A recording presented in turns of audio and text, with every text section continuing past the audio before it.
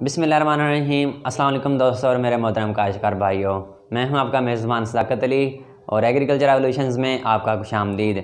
मेरी आज की दिलचस्प वीडियो उन भाइयों के लिए है, उन काश्तकारों के लिए है जो घर में किचन गार्डनिंग करना चाहते हैं या किचन गार्डनिंग कर रहे हैं, घर में मुख्तलिफ़ सब्जियों और फूलों के पौधे लगाते हैं।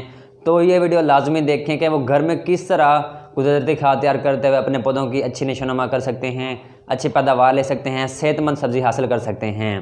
तो आज की इस वीडियो में हम अमाइनो एसिड के मतलब बात करेंगे कि आप घर में मौजूद चीज़ों से किस तरह अमाइनो एसिड तैयार कर सकते हैं और उसको इस्तेमाल करते हुए पौधों की अच्छी नशोनुमा कर सकते हैं।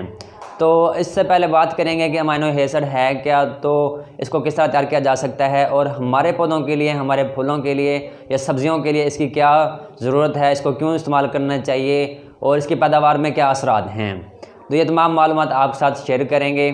तो चलें वीडियो का आगाज़ करते हैं। और यहाँ पे बड़ी ही गौरतलब और समझने वाली बात यह है कि हम में से ज़्यादातर लोग ये तो जानते हैं कि पौधा हवा से कार्बन डाइऑक्साइड और ऑक्सीजन जबकि ज़मीन से पानी हासिल करने के साथ साथ ग्लूकोज बनाता है। तो यहाँ पे एक और गौरतलब बात यह है कि पौधे ग्लूकोज का क्या करते हैं, उसको किस तरह इस्तेमाल करते हैं। तो इसका बहुत ही सादा सा जवाब इस तरह समझाऊँगा कि पौधे ग्लूकोज के साथ नाइट्रोजन को मिला के अमाइनो एसिड बनाते हैं और ये अमाइनो एसिड पौधे की नशोनुमा और इसकी पैदावार बढ़ाने में अहम किरदार अदा करते हैं। तो नाइट्रोजन और ग्लूकोज के मिलाप से पौधा कोई 20 तरह के मुख्तलिफ अमाइनो एसिड बना लेता है जो पौधे को मुख्तलिफ जगह पर इस्तेमाल में आते हैं। तो यहाँ पे अब बात कर लेते हैं कि हमारे पौधों के लिए, सब्जियों के लिए या फूलों के लिए अमाइनो एसिड की क्या ज़रूरत है, इसको क्यों इस्तेमाल करना चाहिए, इसकी क्या अहमियत है और इसकी गैर मौजूदगी में हमारे पौधों पर इसके क्या असरात पड़ सकते हैं। तो इस हवाले से एक और पहलू पर रोशनी डालता चलूँ कि जिस तरह शदीद गर्मी या सर्दी में इंसान या तो काम करना बंद कर देता है या जो इसकी कारकर्दगी है वो कम हो जाती है,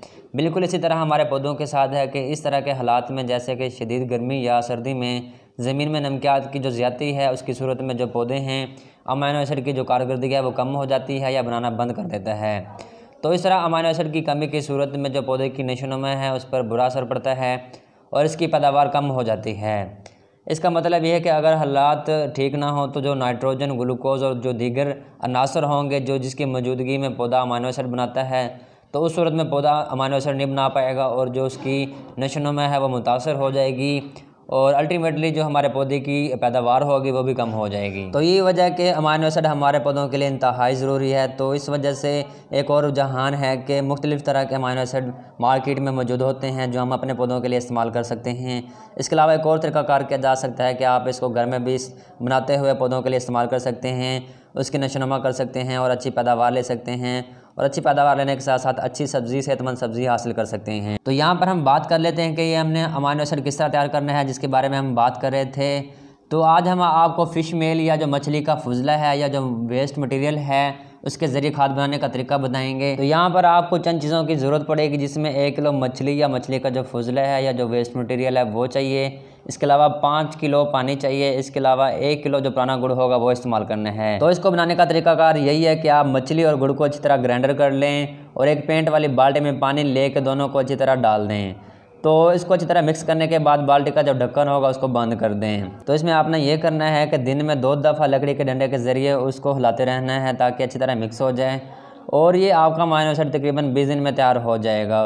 तो जैसे ही आपका अमाइनो एसिड तैयार हो जाए तो उसको छान कर रख लें। तो इस तरह आपका अमाइनो एसिड इस्तेमाल के लिए तैयार हो जाएगा, बन जाएगा। तो इस तरह आप तैयारशुदा अमाइनो एसिड को अपने मुख्तलिफ पौधों के लिए इस्तेमाल कर सकते हैं, उसकी नशोनुमा में इस्तेमाल करते हुए अच्छी पैदावार ले सकते हैं। तो आप किसी भी पौधे के लिए इस्तेमाल कर रहे हैं तो ½ लीटर यानी आधा लीटर हेलूल को 15 लीटर पानी में मिक्स करके अपने पौधों पर अप्लाई करवा दें, स्प्रे करवा दें।